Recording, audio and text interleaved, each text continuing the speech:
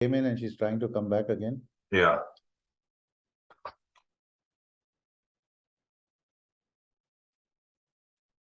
Jean, how was your week?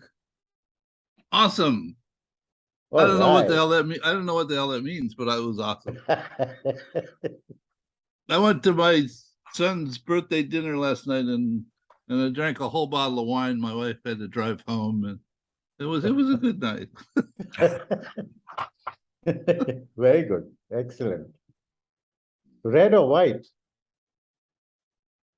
Red, I was drinking Pinot Noir. Oh, wow. Heavy stuff.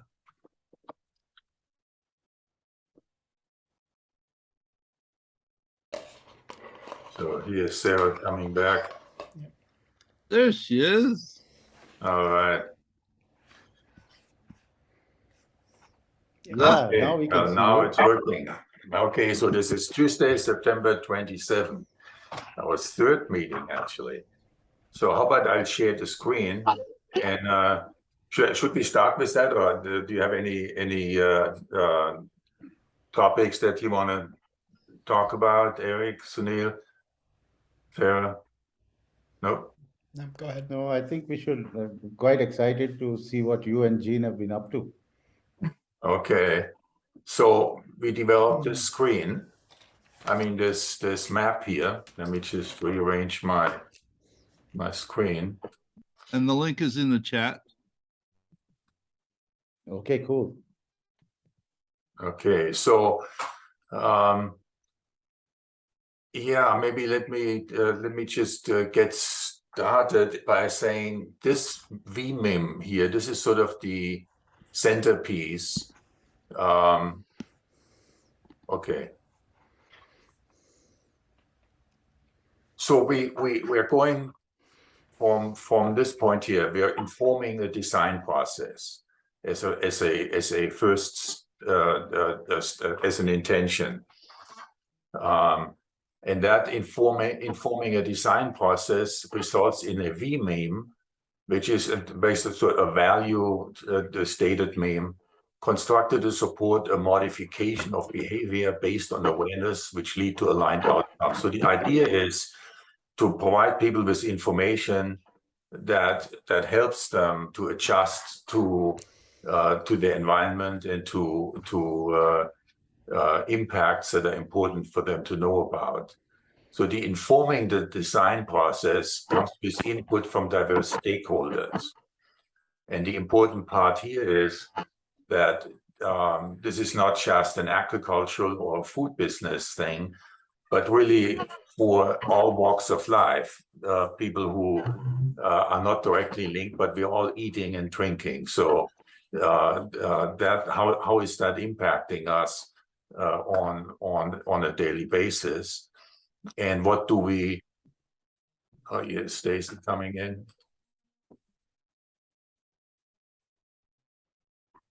Make this just a little bit smaller. Hi, Stacy. Hello. Hi, Sorry, I'm Stacy. late. Hello. Sorry, I'm late. That's okay. We just started actually. So we're going with the intention of informing a design process that that creates value-based memes that support people, that provide people with the information they need to modify their behavior, to protect themselves, to function within a changing environment, with input from diverse stakeholders. And diverse stakeholders, for example, this group here is a diverse stakeholder, because you will see insights, you will come up with ideas that are outside the direct way of looking at this from a business perspective, as a farmer or as a food executive. So then there is context-specific messaging that defines know what, know why, care why, know how. All of this then informs this VMEM, which then comes into engagement with food and agriculture from an individual perspective. So I hope I was able to articulate this, we are all engaging, and we're going to restaurants, we're going to the shop to buy food, we're consuming. So on an individual basis, we want this information that we need about how is food impacting our environment, our personal health, environmental health, our children, and so on and so on. And then we put this out here as there's a community level understanding as a basis for aligned actions. So here we put down there's a farmer who gets into regenerative agriculture, a food processor, a restaurant operator, caterer, healthy foods in schools, and so on. So you can pick a number of scenarios in which we are interacting with the food system.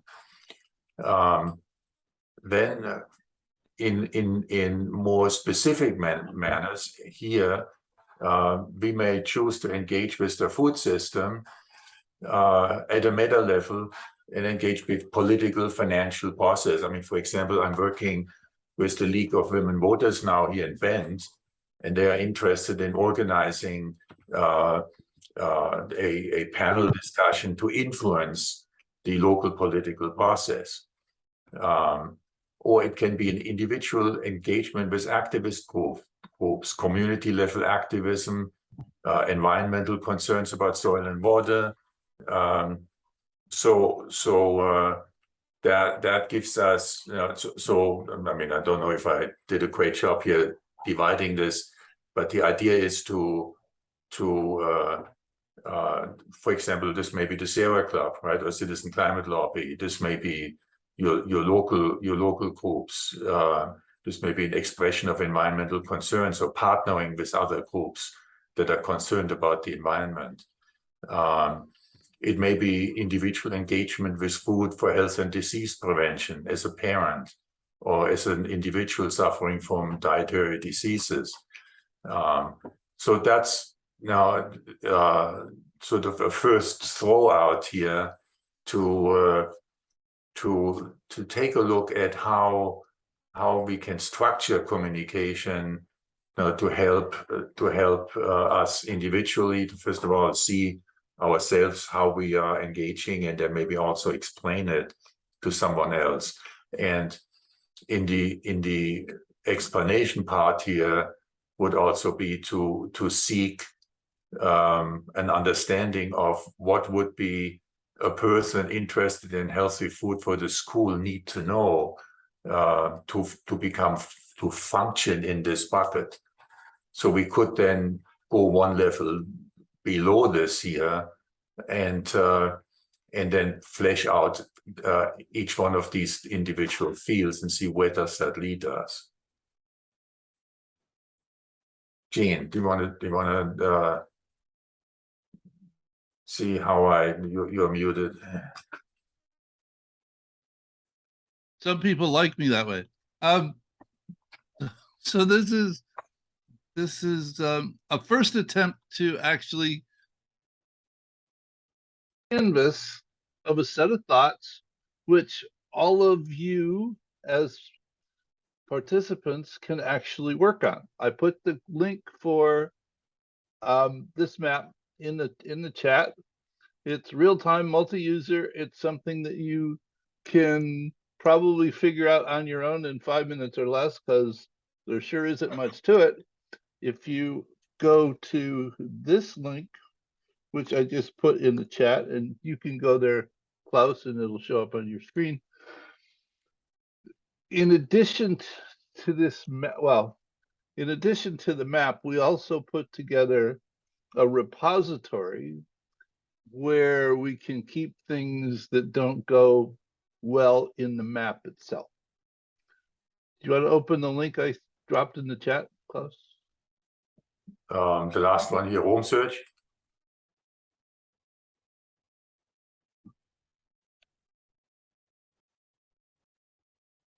So on this particular page in the Roam graph, there's actually an introduction to Sticky Studio, which is what the map was developed in. And this is a public Roam graph that anybody can read and we can give all of you access to actually edit it also. So that the idea is during the meeting today, if you have thoughts, you can put them on the map. If you have a thought tomorrow, you can go put it on the map. There are, if you go back to the map, Klaus, I think the video itself is not what it's 6 minutes long. Where am Go I? back to the map. Okay, so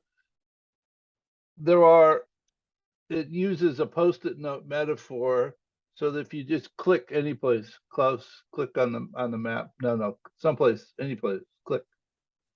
Double click twice. It'll create a post-it. You can then go ahead and edit it. If you want to type something in, okay. When you mouse over it, the arrows show up and you can connect it to other post-its.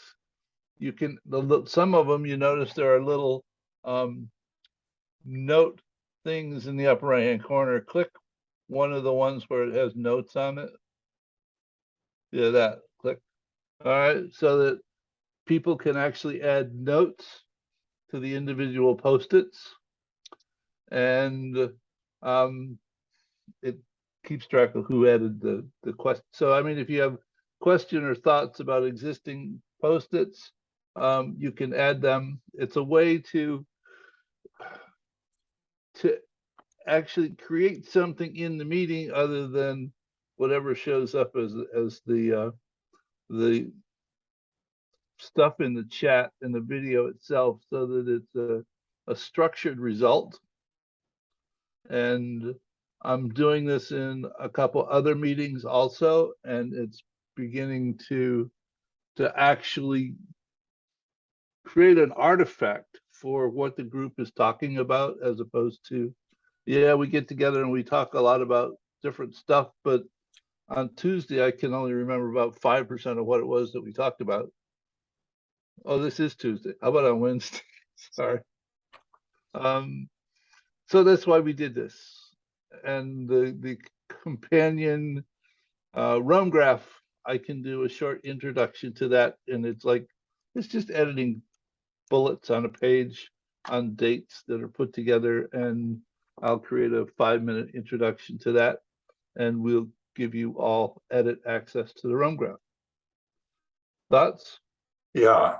Did we go too far? Well, let me just, I mean, I have to apologize. I'm a little foggy because I'm scheduled for. Klaus, I think you're muted now. Am I muted? Okay. I should not be. No, he's not. He's fine. Gene, can you hear I him? think everybody's muted. I can don't hear. anybody. What happened? It's Eugene. I'm sorry, Gene. I must apologize. I'm a little foggy. Oh, I have a It's medical me. procedure later on at noon, and so I haven't eaten for 2 days, and I'm a little on the slow side here. But so let's just say we want to create a design process, and so we want to inform a design process in translating the complexity of regenerative agriculture, food and agriculture, the relationship of food and agriculture to the environment, to our personal health, and translate that down into the context-specific world of where people actually live and where the information is relevant to them. So to bring the part of the information that someone actually can do something with, and not overwhelm people with a great deal of complexity. So we are creating a design process, and maybe rather than informing, I should say create and inform a design process here. Maybe we'll just say that.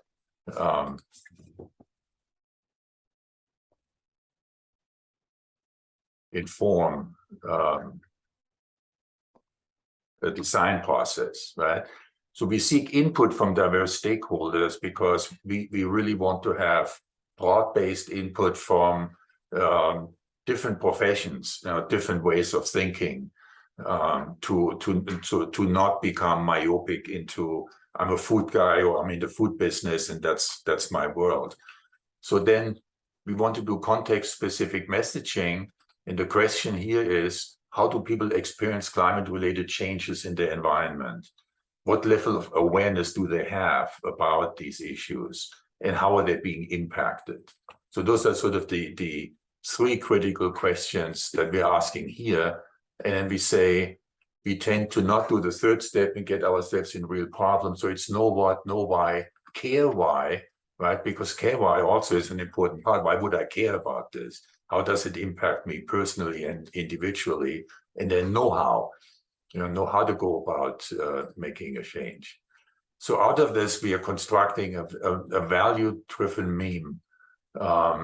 What can I do differently to benefit me personally? How can I support the commons upon which I also rely? And so that's the key outcome of this thought process here. And then we're going to engagement with food and agriculture. The secret talking about climate change. So we put this video here. Gene put the video up there. Basically, what the video is saying, just listen. I mean, talking about climate change is listening to the person you're talking with to see where they are at, and so that we can just then fill in instead of bending the conversation into places where the individual doesn't want to go. So then from here, we now have interactions where we go to community level understanding as a basis for aligned actions. And I put out some examples. Now, this is like super high level first draft here, but there are just some interactions that will happen at the community level. You may be a mom with children in school. You may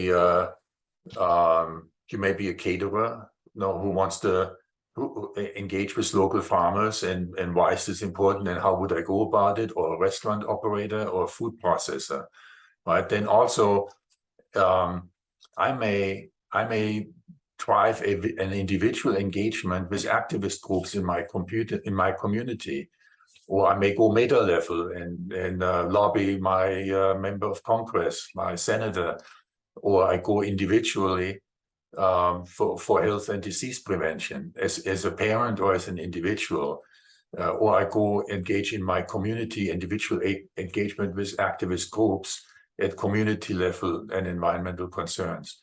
So that was sort of the thought process that got us to this very rough map here that needs a lot of help. And Eric posted a link to Mark's Climate Web. I've talked to Mark several times. I mean, what he has created is absolutely phenomenal in terms of references regarding climate change. Yeah. So I'm wondering the linkage between this diagram and the Rome. So like we can have ideas and post them in Rome, but like, is it a process to maintain the flow diagram or whatever you call it? Like is that like, I see that as a higher level than the Rome detail, or a way of organizing the Rome? It's a way of structuring the thoughts together so that you can see the relationships, which is harder to see in a textual form. The Rome I see as someplace where anything that comes to mind as references or thoughts or anything, just it'll take everything. Okay. Yeah, so like the So chat right here. Yeah, you could just post the chat there. So if Klaus, if you go back to the Rome graph. Okay. Hold on, I have to share screen again. You mean this one here? No, to the Rome graph. No, this is there. Where is it? Oh, over to the right, farther, one more, right there. Okay. If you click on the three to the hamburger in the upper left-hand corner, the three parallel lines in the other left, left. There we go. The three parallel lines in the upper left-hand corner. Oh, here, Down. where that was hidden. Yeah. Click. So click on the click. Okay. Now go down to soil and water call, the third sentence next to them. Click there. Okay. Click. Okay. Yeah. There's September 23rd, which I put them in there, but go to the soil and water call for 2009-13. Click there. All right, there's the video and there's the chat from the call. All right, so everything that happens is in there someplace, and we organize it in such a way so that you can find it. It has a marvelous search capability, and learning to find your way around doesn't take too long. So if you put your email address in the chat, I will give you edit access to the Roam graph.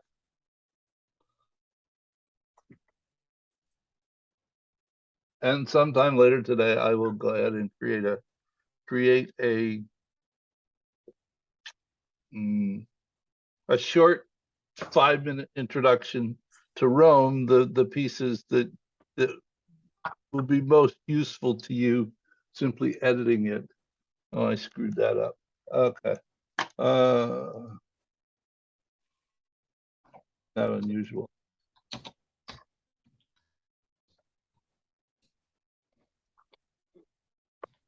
So if I stop share, can you be in the map? Are you in the map? I can't tell if you're in there. Oh yeah, so everyone is in the map, right? Well, there are 4 people in there at the moment. You look in the upper right-hand corner, it tells you.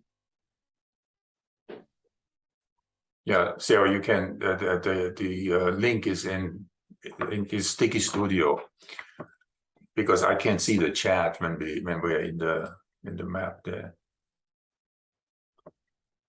So, I mean, in the last discussion, we talked about how you communicate with people about climate change, and then in particular about food and soil. I mean, about soil and water, and which is then linked into food and agriculture, because food and agriculture uses about 80% of water on a global level even, so you can't really do anything about fixing soil and water without changing agriculture. And then the question is, how do you explain this to people? So how can you communicate this? So is this a pathway that you can see getting us anywhere? I can share a small little story about what we tried here in India, not in India, in a small group at Idea Farms when COVID had just kicked in, right? And what we found was that there was lots of communication that was happening from the government, and there was lots of misinformation coming on through WhatsApp, right? And our main point was that we need to find a way that people will actually understand or at least modify their behaviors, and we didn't know how. And we felt that it was going to be very difficult to preach to people and expect them to change their behavior. So one of the things we tried very quickly was to say, okay, let's figure out what are these platforms that people are looking at. So one was WhatsApp, one was Instagram. So most of these social media platforms. And we said, how about, we create a handle called Humor the Virus. So that had a humor, HUMOR, right? So the idea was that one is that you can humor the virus itself. That means let it do what it's doing. But the wordplay was that can we use humor to catch the attention of people in very, very simple ways using memes, and hope that that will actually amplify by those people sharing those memes like you would do anything else. And have a message, a one-line message put into that. It seemed like a very massive, ambitious project, but my take was that, we just have because India went into a lockdown very, very quickly. And the first lockdown announcement was for 3 weeks. So the target that we took as a group of maybe 6 people was to say that we need to be able to pull this whole thing off in less than 3 weeks, because otherwise it's not going to make sense. So we just went out on a limb and put it out there, and it was a fabulous hit, because what we did was we just seeded the idea that you can use humor, and we invited everybody to say that, you create your own memes whichever way you want, and here is a hashtag that you can use, and here is a handle that you can use, and start sharing those memes.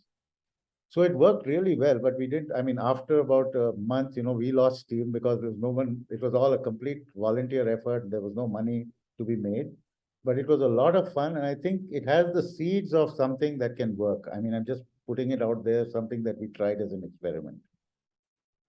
Yeah. Yeah, Eric, that's a good point you're making here. So who was the audience you were talking with or to, Sunil, for that? We decided that in executing something in 3 days, we had no chance to go the regular route of segmenting, looking at an audience, etc. So we said, let's broad base it, and let's use what do you call it? I called it a spray and pray strategy, that you just throw it out there and hope that something sticks. And it started sticking, right? And the kind of interesting ideas that we got. So for example, people created some fascinating memes out of masking, which wasn't preachy, right? So someone pulled out, they actually used Jim Carrey, the Mask movie, and created a whole series out of masks, right? But just a little bit of wordplay what I could do is I can try and dig that up, because it's almost 2 years old now, more than 2 years. This was beginning of 2020. March 2020 kind of stuff. I'll reach out to a couple of my colleagues and ask them if we can try, bring back some of those memes, at least in terms of visual quality, and share them on this on the Sticky Studio, right, or on Roam maybe, and then we can all go through it and see whether that's starting to make. I mean, is it giving us any kind of an idea to go forward in a certain way? Because I'm a big fan of democratizing this process rather than going top down. Yeah, no, I'm. So Neil, if it was, are they still doing it? No, like I said, we ran out of steam after the first lockdown, which was about 6 weeks. Because then everybody that was part of it, see, earlier they felt that because this is COVID and we needed to do something to assist the government in its communication, and the government communication wasn't really working, because that was the straightforward approach. Let's take it to the government communication agency. They come up with a bunch of bullet points, and then you put posters out there and put them on electronic media. That doesn't work, right? Right. So we say, why don't we just create a single stamp size meme, for example? I think you'll get a much better idea if I can share one of those campaigns with you. Like, for example, like the mask idea I told you about, Jim Carrey's Mask movie. And then there was a very interesting campaign that one of the guys created all by himself or herself, which was be like the birds, right? And so they had pictures of birds. They picked up stuff from the internet, and all they did was to create a small little slogan, which was a wordplay of messaging, which was just a half a line or a 1-line thing. So the idea there was not to really get the communication out and do everything in one go, but to say whatever sticks, maybe the people that read it partly gets into their subconscious and makes them feel, first of all, it'll bring a smile on their face. So if you can get a smile on somebody's face, I think half the battle is won, right? And then they kind of, it sticks a little bit, and then they start sharing it with other people, and it has a momentum of its own, which you just cannot design, So our design process was, can we do a design process that's not controlled at all? The disclaimer here is that all these guys were either part of Idea Farms or they were alumni of Idea Farms. So in terms of alignment and getting, hitting the road running, that wasn't an issue. I didn't need to sell anything to anybody. All I did was I sent a WhatsApp message out to all the people from we created a new WhatsApp group, and I said, this is what I'm trying to do. I don't want to do it all by myself. So if you guys are interested, shall we just get on a call and see what we can do? And from there on, it just took its own, it got a life of its own. I was not doing anything except maybe, you know, then the media picked it up and said, Sunil, would you like to do a small interview and tell us why you did something like this? So the whole life of it from start to finish was about 6 weeks, Gene. A short answer to your, I mean, long answer to a small, short question. So it was working, but they stopped. Yes, we stopped because I think we ran out of steam, because these are, you know, the Idea Farms culture was everybody wants to have fun. And when the fun is gone, then they're gone as well, right? So when they found that this was going to become a regular job kind of a thing, then they said, well, you know, then you can hire some other people. Now we've given you the runway, now go and do it on your own kind of a thing. Yeah. I Yeah. can So- try and invite, so- I can try and see if I can speak, do an offline conversation with at least one or two of these folks, and maybe see that in one of our Tuesday calls, I can get them in to have a quick chat with us on why they did it, for example. Yeah, that would be awesome. Yeah. Can we see them? Can we see the things they created? Yeah, that's what I said, Gene. I'm going to try and pull those together in the next before Tuesday's call and try to put them on Roam or Okay. through or share it on this group, so you can take a look at it and then maybe we can talk about it and see. Basically, you should get a sense of what really got done and Okay. what were the kind of themes that came out. And I felt that, you know, because it was democratized and there was no control, we ran the risk of something being really poor quality. But at the end, what ended up happening was, because people took ownership of their own work, it actually ended up being far superior to whatever I could have imagined on my own. Mm. Yeah. I mean, it would be. I mean, Gene complains that I know too much about it, so I don't know where to start. You know, because I've been working with this for 10 years, and so I know that as well. Yes, yes. So- we all know that, Klaus. So the Well- challenge is to trim it down to where it's relevant to someone. And so what I have been working on in my group right now. Oh, Sarah is coming in and out. What I just have been working on with my hometown here in Bend is to explain that the reason we are having these issues with water is because the way the farmers are using it, and that is something that has been not communicated. Gene, do you want to go through? Did you want to just go through this here? Well, the Klaus posted this video in one of the previous sessions, or he sent it to me via email. And it was several days later when I actually watched it. And from my perspective, it's the answer. Okay. The thing that I keep beating people up about, which is stupid because it's the wrong thing to do. What I learned from Spencer Johnson is that while almost everyone loves to buy, no one likes to be sold. And we just keep selling, and people get turned off and they don't listen. And the whole idea of behind this video is quit trying to tell people stuff. Go ask them a question or more questions to understand where they are with regard to climate change, and help them evolve their thought without just going and beating them up, saying that, you know, you need to understand this or you need to do this or whatever.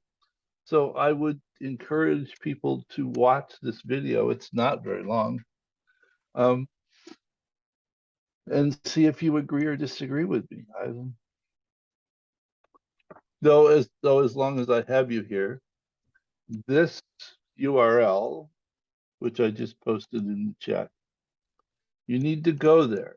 You need to sign up for a Roam account. Don't agree to pay for anything. You just need a username and password. You do not need to pay for a Roam account. Okay. And once you do that, you already have, if I look at this, all right, you all have access, you have edit access to this Roam account. Once you get your username and password, you go to this Roam account and it will ask you to sign in, and you need to put your name here, all right? Because if you look at this, every block in here tells you who created it and when, all right? But if you don't go put your name in settings, it will say anonymous 1, anonymous 2, anonymous 3, which doesn't help us keep track of much of anything. So if you have any questions whatsoever, I just put my email in the chat. Send me an email or send me a text. There's my cell phone number, and we'll sort it out. Okay. You're muted, Sarah. I keep getting cut off on Zoom, apologies, and then muted. I had a question about looking at the impact of doing memes and how that went, because there's been a lot of effort to do those kinds of campaigns, but without a lot of assessment ultimately. And I think one of the tricky parts, and this may just be my naive perspective because I haven't a lot of experience with memes, but how to build a campaign when it's kind of just a one-way send out? How do you keep track of it? How do you build on that campaign? Were you able to do anything in terms of planning with that meme, or to integrate any of the information or share it with public health folks?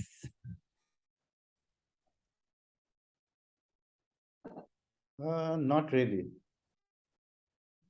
Because by the time we got to that, in fact, there was another interesting parallel activity done by a design studio, which went down the same path. But their idea was slightly different. They were not talking about humor, but what they figured was that if they were to create a platform for all kinds of creative professionals across the country, they called it Creative Community of India. And put in a few guidelines in terms of selection of who would be able to sign up on all. You could sign up there whichever way you wanted, and you could freely share whatever you saw on that. There was nothing, almost like what Jean was just showing us. But if you really wanted to be a contributor, then you needed to pass through a certain, some set of criteria needed to be there to put you in that place. And then they decided that they would, so they actually did come up with a full presentation. That also I can pull up and I can send to you. That would be great. And they came up with a mobile app version as well as a platform, which these creative communities could use. I mean, it could be a creative individual, because their thought process was that you've got so many of these creative individuals across the country, but there's no unifying platform. Each one's doing work for their clients, but they don't really do anything in the that they would like to do in the public space. So that they were able to get some, I mean, I think it took them almost a year to get it up and running. I really don't know how far it went because I was only playing in, it was a parallel activity. So we were kind of cross-pollinating, but we really didn't get into the thick of what they were doing. So I can pull these up and send them to you so that you get a sense of, you know, what was really done, and maybe those could be templates that we can start looking at. Yeah, that would be great, because really figuring out the networking and being able to trace it is a big deal, especially because a lot of these campaigns are short term. And as you mentioned, there hasn't been a very monitored open source platform. Yes. So that's a big deal in trying to figure out what to do with it. Right. Yeah, Stacy, you had something to say or a question? Yeah, I wanted to say, as far as the project that you worked on with memes, I mean, I could see how important the humor is. So excuse me, I spend a lot of time with very low information people. And having the humor as part of those memes just cuts back on all the defensiveness, and it changes a consciousness just automatically. And it's a really good starting point. Like, I consider like all this almost like a relay race. So I'm like, I feel like I'm in the very beginning, and I can take a meme and use it as a place to just talk. And I love, I guess it was Jean's quote about filling in the conversation, because I think that's key. On the other end, as far as creating the memes, which I think people love to be able to get involved and use their own creativity, but you need to have a certain understanding to be able to find humor in something. If you don't have the facts, you can't be humorous about it, because there's nothing to work with. So it's reaching two different, you're on two different ends of the spectrum. But I just wanted to pointing that out. I love the idea of memes. Stacey, that's a great point. And actually, just building on what you just said, there's another challenge also where humor is concerned, because it's highly cultural.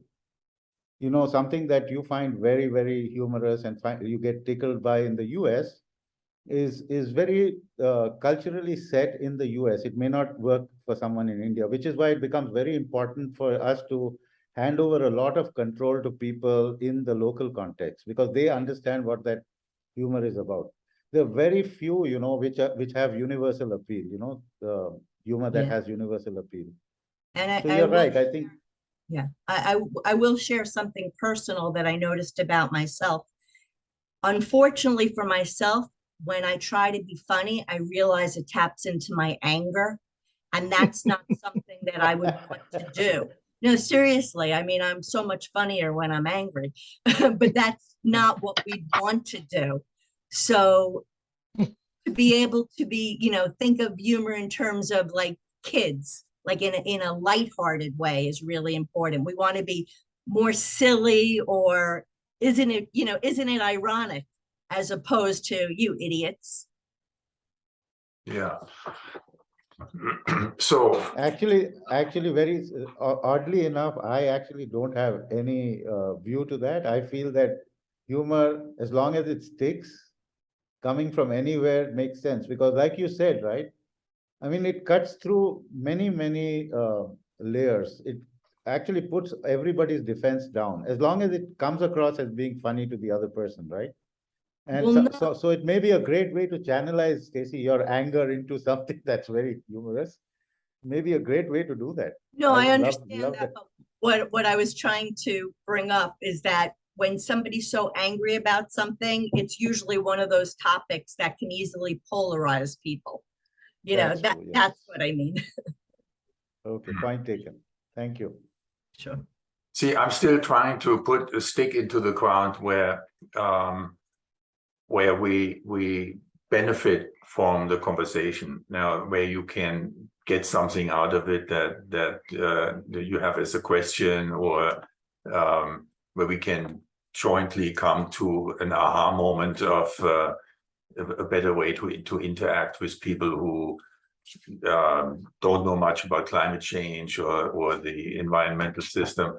Parmjit sent a note out here. She sent this here, mapping a journey towards regenerative agriculture. So she just put a whole bunch of questions together that she has. What is an agricultural system? Is repairing itself so that it mimics resilient ecosystem dynamics. So as a whole system, as a bioregion, from bioregion to local and global. So she put together a whole bunch of questions here, which are also sort of guiding a conversation down a very technical path. But I think we should probably come back to that and maybe give her a chance to explain what exactly she would like to know, because again, this is, I mean, after, spending so much time on this, to condense certain talking points. So for example, one of the most effective talking points is when you explain to people that the recarbonization of soil has an immediate impact on the soil's capacity to hold water, right? So for every 1% increase in carbon in the soil, it can hold an additional 20,000 gallons of water per acre, plus the penetration rate, the absorption rate increases multiple times. So that's a very simple entry point into, so what does it take to carbonize the soil, right? And then we can talk about what that implies about photosynthesis and so on and so on. So it is these, that's what I got out of talking about this for a long time, and then finally getting to the point of what is really the trigger point where you have an aha moment, to link, why do we need to put carbon into soil, and what's the whole point behind this? I just would love to find a way to have a more loose conversation where we can all benefit and ask these kinds of questions that move us forward. So it's a format issue also, right? So I don't know if this chart, that the map that we developed here is going to get us anywhere. What's your feedback on that, on format and structure? Eric, what are your thoughts here?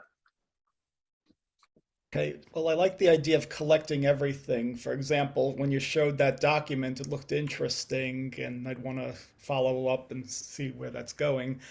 So, yeah, like we need a way of being aware of, hey, something new is out there. Maybe Rome can flag that.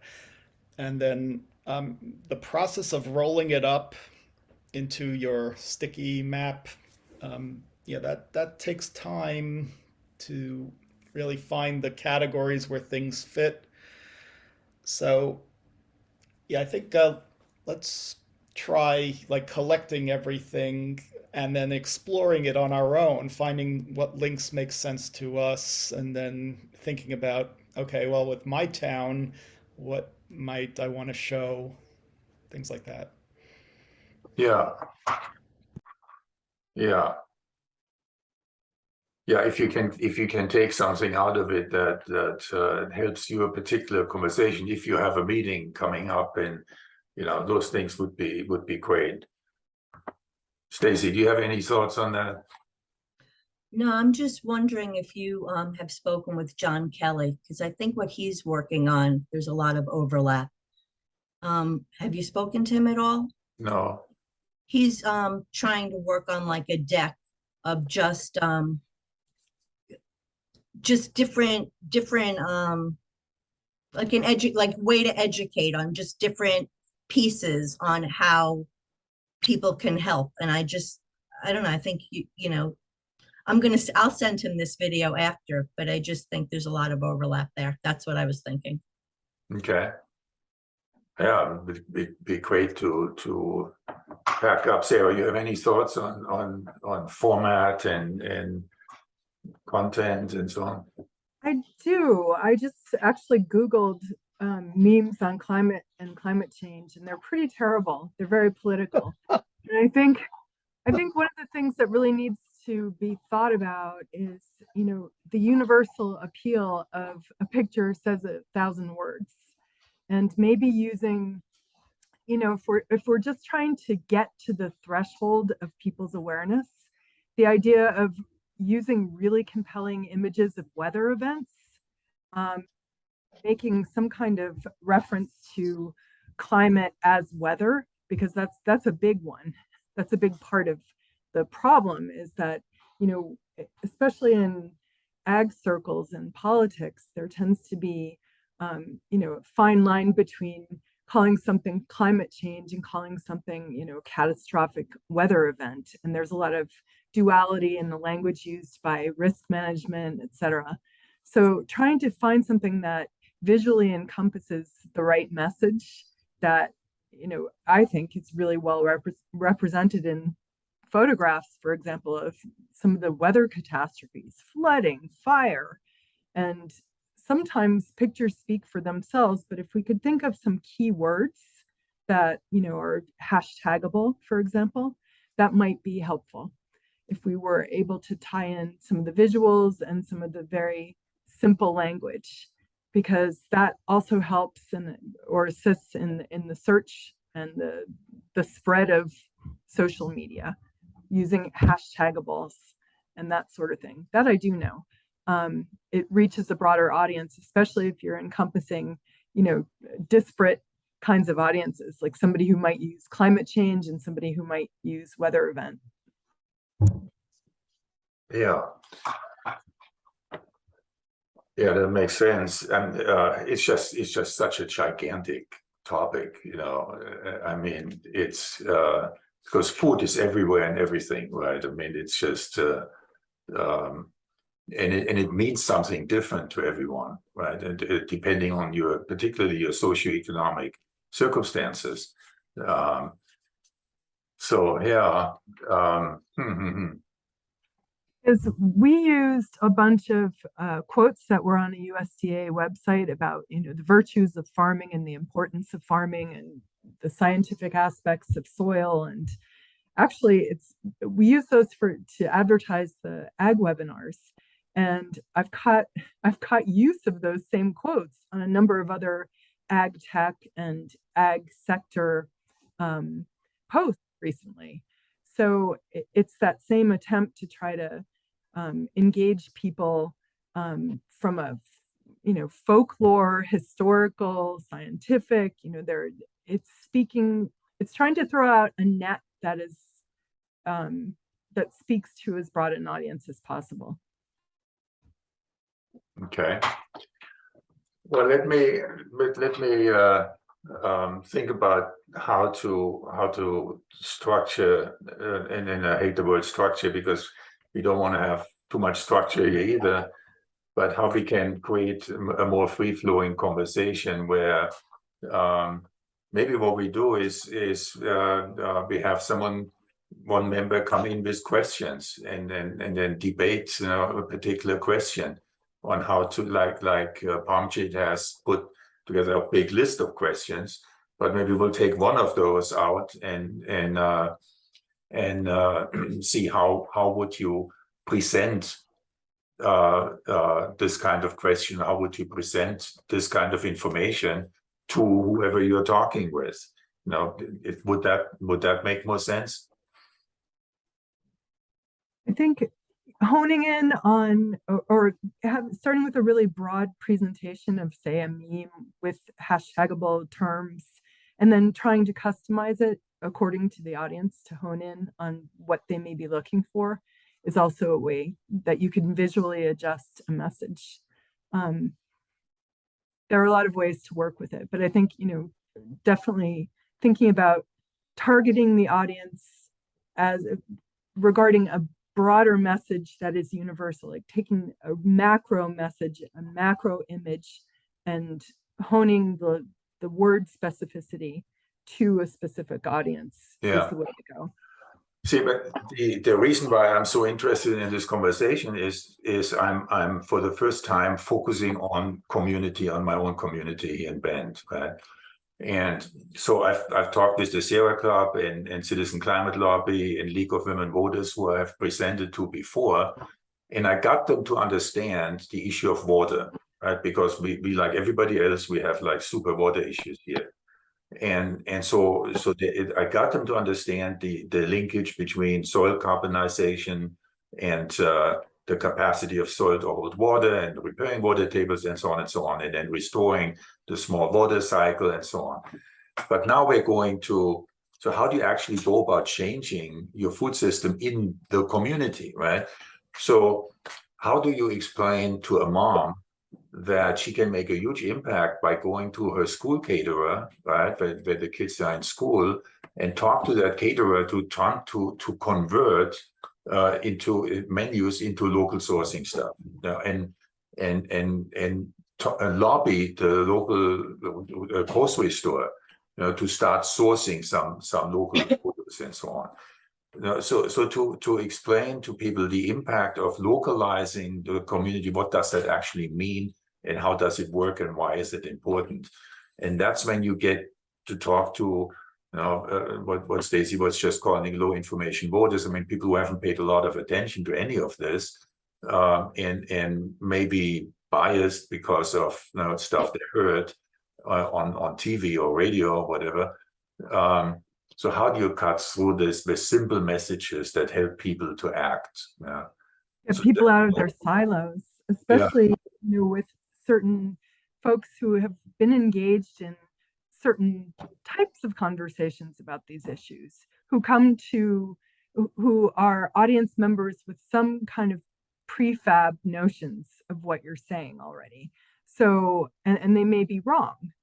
So trying to get people to step out of their righteous zone in some cases. I mean, there are some people who believe that all they need to do is to buy organic at the grocery store, and that's their level of commitment. It's very self-focused. It's doing what they need to do for their own families, and acting, with their pocketbooks. But we need to try to extend their activities and their understanding and their communication skills about the importance of these things. So there, if we're dealing with somebody who, and I'm picking on a particular consumer, but somebody who shops at Whole Foods who thinks that in of itself is enough. How do we help them get out of that very false comfort zone and into someplace else? Yeah. Let me try to reframe this a little bit, and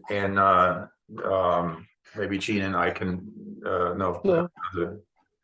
But to Sarah's point, I need to understand why that person thinks that's enough. Okay. All right. In other words, as soon as you start telling me what I ought to do, I turn off. Right? And most people are that way. So I mean, I can't change your mind. Only you can do that. The best I can possibly do is provoke thought. And when I tell you things, I push you away. And when I ask you questions, I draw you closer. And I just violated what I was telling you. Okay? And I know that, and it's a bit, because it's hard not to do it. Some of it is driven by self-preservation, and we're going to have to really guard against that tendency in our messaging because people are scared.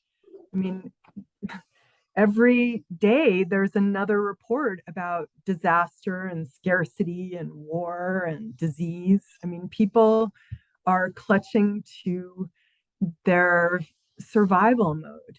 So how do we encourage them and not encourage their discomfort, but support them to help them validate their feelings? That's part of it.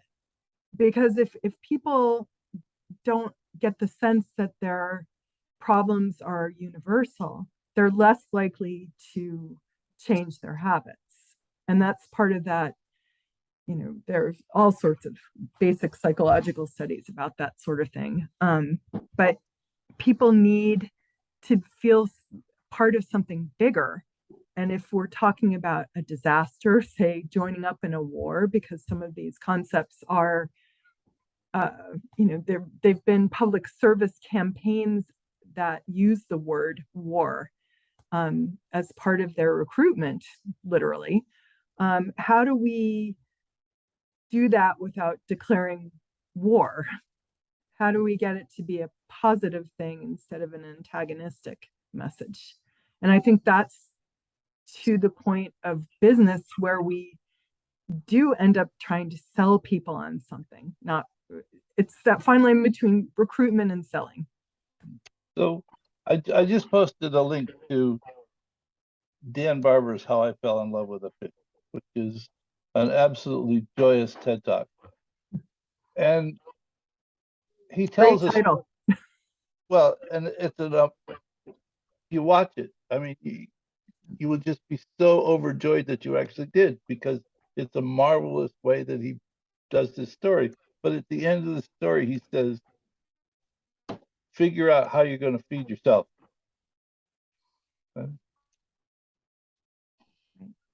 Rather than figure out how you're going to feed the world, figure out how you're going to feed yourself, which is what took me back to the incredible edible Todd Morton in the UK.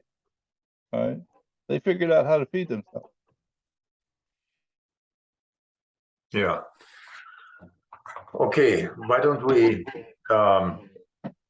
regroup a little bit and maybe shift formats. Maybe doing a map may not be the right way to go right now. Maybe more in a question form, or so. Let's just if you have an idea, just email me. Or I'm going to put something out on email and maybe respond to it, so because I think there is really there is a lot of value in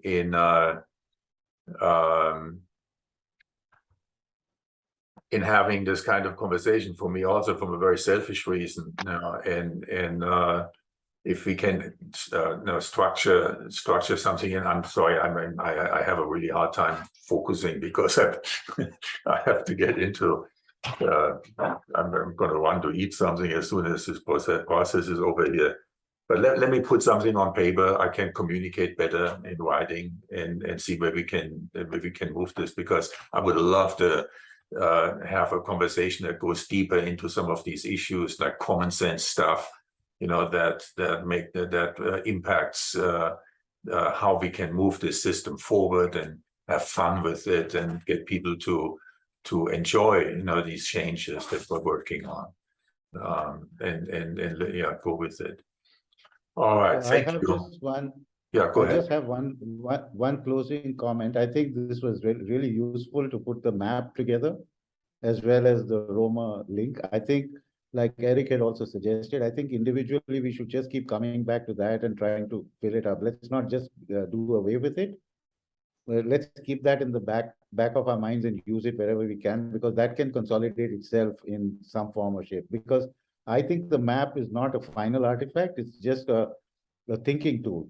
If Gene, correct me if I'm Right. It's a thinking tool, and if we can think, either collaboratively or individually, a lot of this stuff can then later, as Eric pointed out, people can pick them up for themselves and also categorize themes that come together, and then also do what you're saying. So I'm just suggesting that let's keep doing both parallelly rather than to, dump this and then go for questions. Yeah. That's my view.